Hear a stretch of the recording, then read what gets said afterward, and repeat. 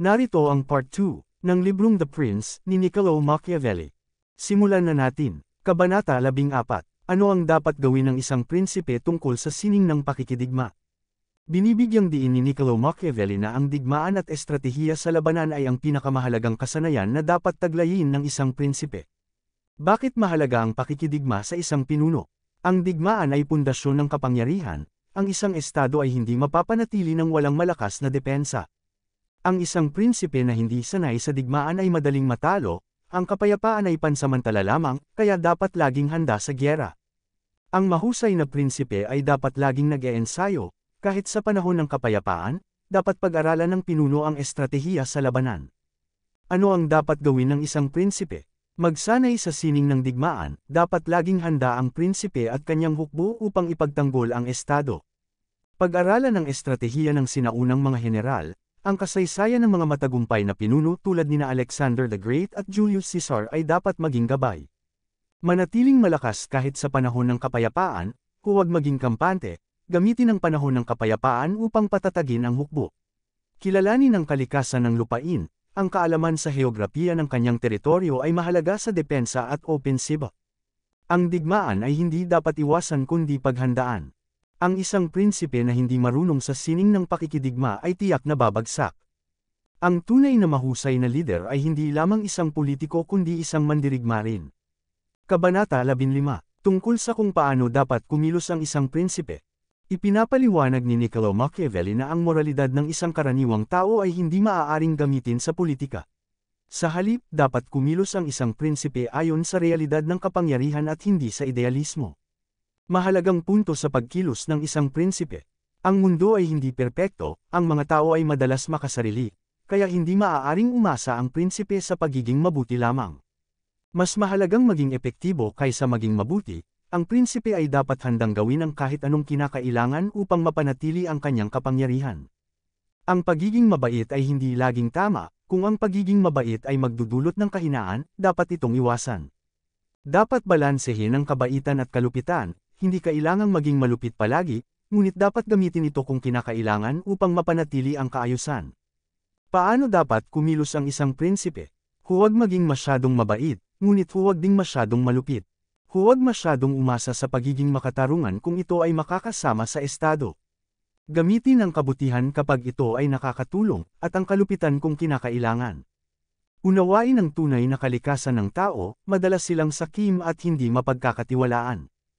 Hindi maaaring umasa ang isang prinsipe sa tradisyonal na moralidad, dapat siyang kumilos batay sa realidad. Ang pagiging mabuti ay hindi palaging epektibo sa politika. Ang tunay na matalinong lider ay marunong gumamit ng kabaitan at kalupitan sa tamang paraan. Kabanata 16. Mas mabuti bang maging mapagbigay o kuripot ang isang prinsipe? Tinatalakay ni Niccolò Machiavelli kung dapat bang maging mapagbigay o matipid, o kuripot ang isang prinsipe.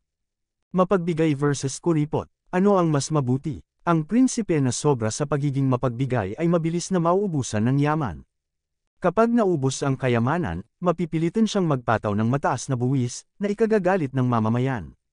Ang pagiging kuripot ay maaaring hindi magustuhan ng iba, ngunit ito ay mas ligtas at mas matibay sa mahabang panahon. Mas mabuting makilala bilang kuripot ngunit mayaman kaysa mapagbigay ngunit naghihikahos. Ano ang dapat gawin ng isang prinsipe? Maging maingat sa paggamit ng yaman upang hindi maubos ang kayamanan ng estado. Huwag maging sobrang mapagbigay upang maiwasan ang mataas na buwis at galit ng mamamayan. Gamitin ang yaman sa tamang paraan, para sa hukbo at seguridad ng kaharian, hindi sa pagpapasikat. Mas mainam na makilala bilang kuripot ngunit matatag kaysa sa mapagbigay ngunit naghihikahos. Ang prinsipe ay dapat gumamit ng yaman ng matalino at iwasan ang sobrang paggastos. Ang totoong mahalaga ay ang katatagan ng estado, hindi ang pansamantalang kasiyahan ng mamamayan. Kabanata 17. Mas mabuti bang maging minamahal o kinatatakutan? Sinasagot ni Niccolò Machiavelli ang isang mahalagang tanong sa pamumuno, mas mabuti bang maging minamahal o kinatatakutan ng mamamayan? Ano ang mas mabuti? Pinakamainam kung parehong minamahal at kinatatakutan ng prinsipe, ngunit mahirap makuha ang dalawang ito ng sabay. Kung kailangang pumili, mas mabuting piliin ang takot kaysa pagmamahal. Ang pagmamahal ng mamamayan ay pabago-bago, ngunit ang takot ay isang matatag na kasangkapan sa pagpapanatili ng kapangyarihan. Ang isang leader na masyadong umasa sa pagmamahal ng tao ay madaling mahulog kung mawala ang kanilang suporta. Ano ang tamang paraan ng paggamit ng takot? Dapat matakot ang mamamayan sa prinsipe, ngunit hindi siya dapat kapuutan. Huwag gumamit ng labis na kalupitan upang maiwasan ang labis na galit ng mamamayan. Gamitin ang takot upang mapanatili ang kaayusan at disiplinahin ang mga masasamang elemento sa lipunan. Mas mainam na maging kinatatakutan kaysa minamahal, ngunit huwag maging malupit ng walang dahilan. Ang takot ay mas matatag kaysa sa pagmamahal, dahil ang tao ay likas na hindi mapagkakatiwalaan sa panahon ng kagipitan. Ang isang prinsipe ay dapat gumamit ng takot sa tamang paraan upang mapanatili ang kapangyarihan ng hindi nagiging malupit na diktador. Kabanata 18. Dapat bang maging tapat o mapanlinlang ang isang prinsipe? Sa kabanatang ito, tinatalakay ni Niccolo Machiavelli kung kailan dapat maging tapat o mapanlinlang ang isang prinsipe upang mapanatili ang kapangyarihan. Dalawang paraan ng pamumuno. Ayon kay Machiavelli, may dalawang paraan upang mamuno. Una, pamamaraan ng tao, pamamahala batay sa batas, moralidad, at katarungan. Ikalawa, pamamaraan ng hayop, pamamahala batay sa lakas, panlilinlang, at pusong estratehiya. Dapat pagsamahin ng isang prinsipe ang dalawang ito, maging makatarungan kung maaari, ngunit gumamit ng panlilinlang kung kinakailangan. Dapat bang maging tapat ang isang pinuno? Hindi laging epektibo ang pagiging tapat at makatarungan. Ang isang prinsipe ay dapat marunong magsinungaling at manlinlang kung ito ay makakatulong sa estado.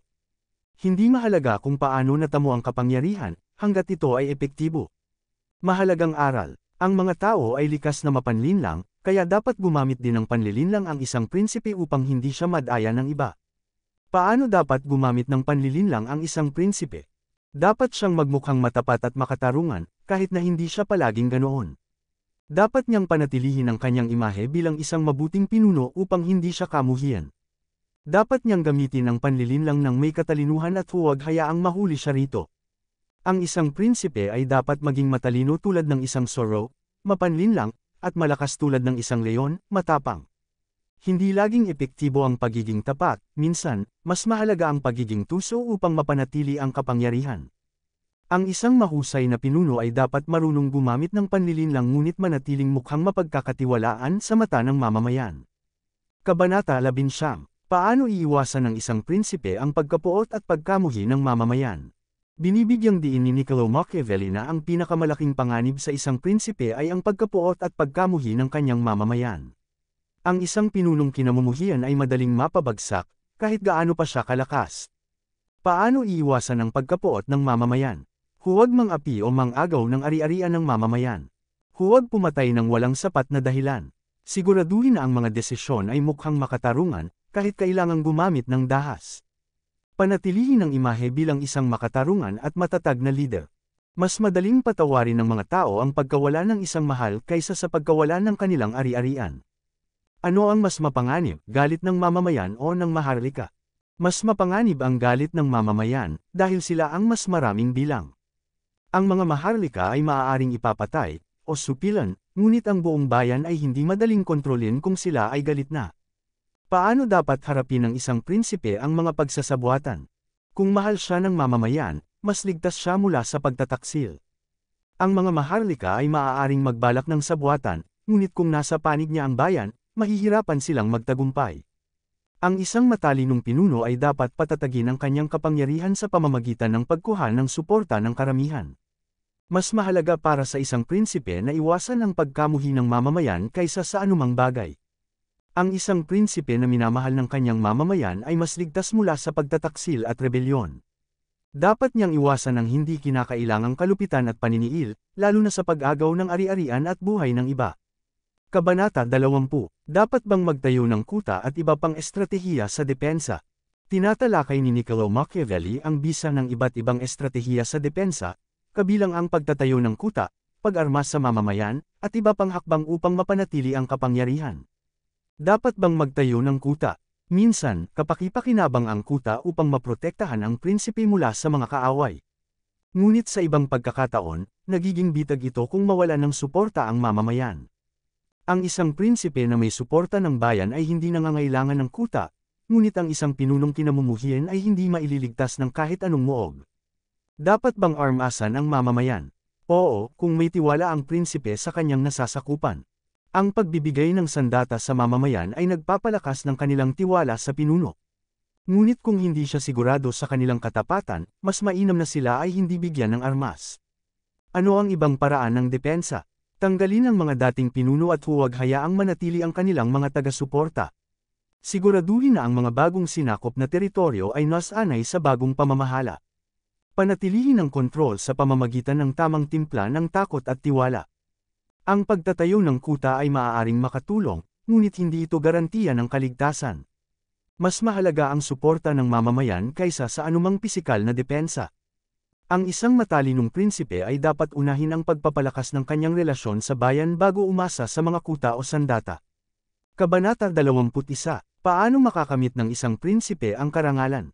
Sa kabanatang ito, tinatalakay ni Niccolò Machiavelli kung paano maaaring makilala at mapanatili ng isang prinsipe ang kanyang karangalan at reputasyon.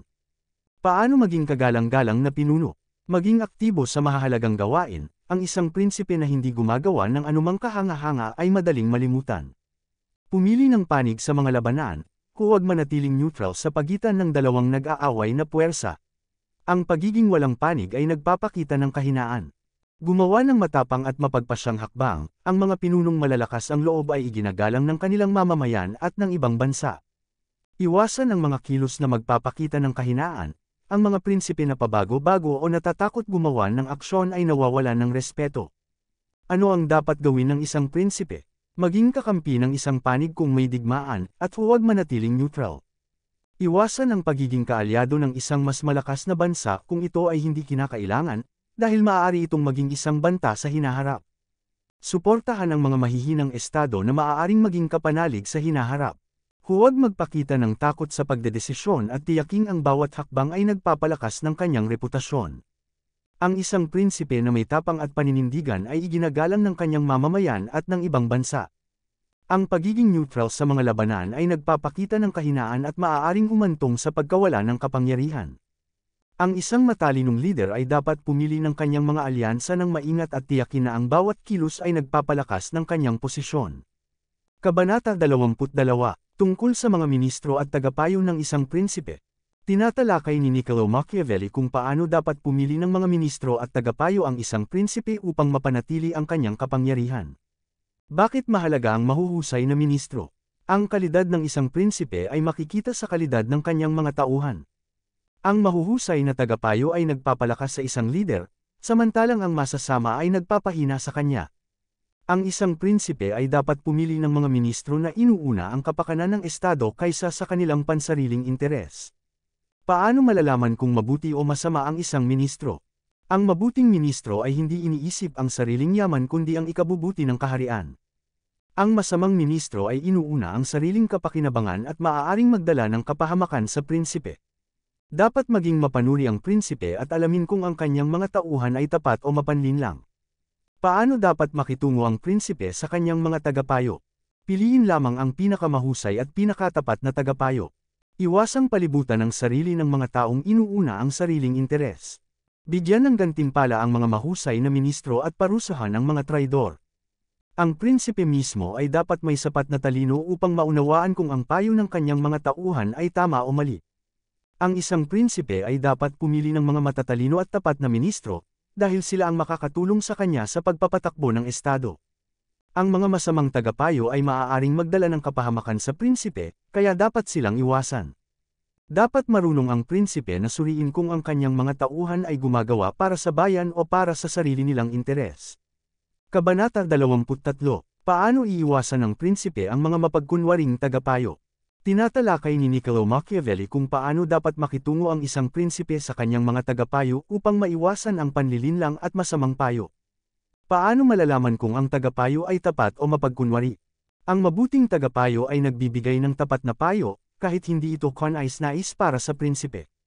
Ang mapagkunwaring tagapayo ay nagbibigay ng payo na makikinabang lamang siya, hindi ang estado. Dapat tiyakin ng prinsipe na ang kanyang mga tauhan ay nagsasabi ng totoo at hindi nagbabalat kayo. Paano dapat pakinggan ng prinsipe ang kanyang mga tagapayo? Dapat piliin lamang ang pinakamahusay at pinakatapat na tagapayo. Ang prinsipe ay dapat lumikha ng isang sistema kung saan malayang makakapagbigay ng tapat na payo ang kanyang mga tauhan. Ngunit ang prinsipe lamang ang dapat magdesisyon, hindi ang kanyang mga tagapayo.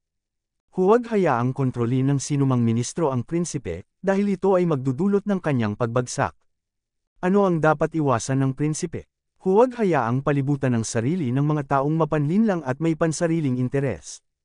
Huwag umasa sa payo ng lahat, dapat matutong suriin kung alin ang kapaki-pakinabang. Huwag hayaang magmukhang mahina o sunod-sunuran sa kanyang mga tauhan. Dapat magkaroon ng maingat na pagpili ng tagapayo upang maiwasan ang panlilinlang.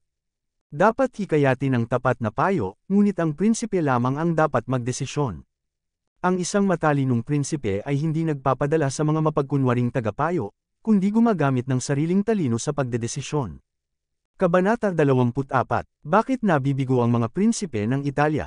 Tinatalakay ni Niccolò Machiavelli kung bakit maraming prinsipe sa Italya ang nabigo at nawala sa kapangyarihan. Ginagamit niya ang kanilang pagkakamali bilang babala sa mga lider na nais mapanatili ang kanilang paghahari.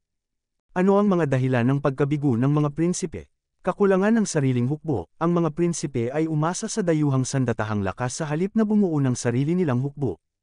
Hindi nila nakuha ang suporta ng mamamayan. Ang mga lider na hindi pinuprotektahan ang interes ng kanilang nasasakupan ay madaling pinagtataksilan. Hindi sila naging matatag sa kanilang desisyon. Ang kawalan ng estratehiya at paninindigan ay nagdulot ng kanilang pagbagsak. Hindi nila nakita ang mga panganib bago ito lumaki. Sa halip na maagapan ng mga problema, hinayaan nilang lumala ang mga ito hanggang sa hindi na ito masolusyonan. Ano ang matutunan ng isang prinsipe mula sa kanilang pagkabigo? Ang isang prinsipe ay dapat laging maghanda laban sa panloob at panlabas na banta. Dapat magkaroon ng sariling hukbo at huwag umasa sa iba para sa depensa. Dapat tiyakin na nasa panig niya ang kanyang mamamayan upang hindi madaling mapabagsak. Ang isang leader ay dapat mabilis kumilos bago lumala ang isang krisis. Maraming prinsipe sa Italya ang nabigo dahil sa kahinaan sa pamamahala, kawalan ng estratehiya, at pagsandal sa iba para sa depensa. Ang isang matalinong pinuno ay dapat matuto mula sa kanilang pagkakamali at tiyaking may sariling lakas upang manatili sa kapangyarihan. Ang pinakamahalagang proteksyon ng isang prinsipe ay ang suporta ng mamamayan at isang malakas na hukbo. Kabanata 25. Gaano kalaki ang papel ng kapalaran sa tagumpay ng isang prinsipe? Sa kabanatang ito, tinatalakay ni Niccolò Machiavelli ang papel ng kapalaran sa tagumpay o pagkabigo ng isang prinsipe. Ipinapaliwanag niya kung paano maaaring kontrolin ng isang lider ang kanyang kapalaran sa pamamagitan ng talino at aksyon. Kapalaran versus katalinuhan. Ano ang mas mahalaga? Ang kapalaran ay may epekto sa buhay ng tao, ngunit hindi ito ganap na nagdidikta ng tagumpay o pagkabigo. Ang isang matalinong prinsipe ay hindi dapat umasa lamang sa swerte kundi dapat kumilos upang kontrolin ang kanyang kapalaran. Ang kapalaran ay parang isang ilog na maaaring magdala ng sakuna. Ngunit kung maagang maghahanda ang isang prinsipe, maiiwasan niya ang matinding pinsala. Paano dapat harapin ng isang prinsipe ang kapalaran? Maging maagap at handa sa pagbabago upang hindi madala ng agos ng kapalaran. Kumilos ng may tapang at determinasyon upang samantalahin ang mga pagkakataon. Huwag umasa sa nakagawiyang estratehiya, dapat maging flexible at marunong umangkop sa sitwasyon. Ang isang prinsipe ay dapat maging parang isang mapusok at matapang na lalaki, na lumalaban sa kapalaran kaysa hayaan nitong kontrolin siya. Ang kapalaran ay may epekto sa buhay, ngunit hindi ito ang nagdidikta ng lahat. Ang isang matalinong prinsipe ay dapat maging maagap, handa sa pagbabago, at marunong kontrolin ang kanyang kapalaran. Ang tagumpay ay nakasalalay sa kombinasyon ng swerte at katalinuhan sa pagdedesisyon. Kabanata 26. Isang panawagan para sa pagpapalaya ng Italya. Sa huling kabanata ng The Prince, nananawagan si Niccolò Machiavelli para sa isang pinuno na magpapalaya sa Italya mula sa pananakop ng mga dayuhan. Ipinapakita niya na nasa krisis ang Italya at nangangailangan ng isang malakas at matalinong lider upang pag-isahin ang bansa. Bakit kailangang palayain ang Italya? Maraming dayuhang bansa ang nakikialam at sumasakop sa Italya. Mahina ang mga pinuno ng Italya, kaya madaling nahahati at nasasakop ang kanilang mga estado. May pagkakataon ngayon upang bumangon at lumaban dahil sawa na ang mamamayan sa pang-aapi. Ano ang katangian ng lider na magpapalaya sa Italya? Dapat may matibay na paninindigan at tapang sa pagharap sa mga dayuhan. Dapat marunong gumamit ng tamang estratehiya upang pag-isahin ang bansa. Dapat may kakayahang kontrolin ang kapalaran at gamitin ang pagkakataon upang baguhin ang kasaysayan. Ayon kay Machiavelli, nasa tamang panahon ng Italya upang magtaguyod ng isang makapangyarihang lider na kayang lumaban sa mga mananakop. Ang Italya ay nasa matinding krisis at nangangailangan ng isang makapangyarihang lider upang lumaya. Ang isang matalinong prinsipe ay dapat gamitin ang pagkakataon upang pag-isahin ang bansa. Ang huling mensahe ni Machiavelli. Ang tagumpay ay para sa mga handang lumaban at kontrolin ang kanilang kapalaran. Maraming salamat kung umabot ka hanggang dito. Huwag kalimutan mag-like, mag-share, at mag-subscribe para sa mas marami pang Tagalog audiobooks. I-click ang notification bell para updated ka sa bagong uploads natin. Salamat at ingat kayo palagi.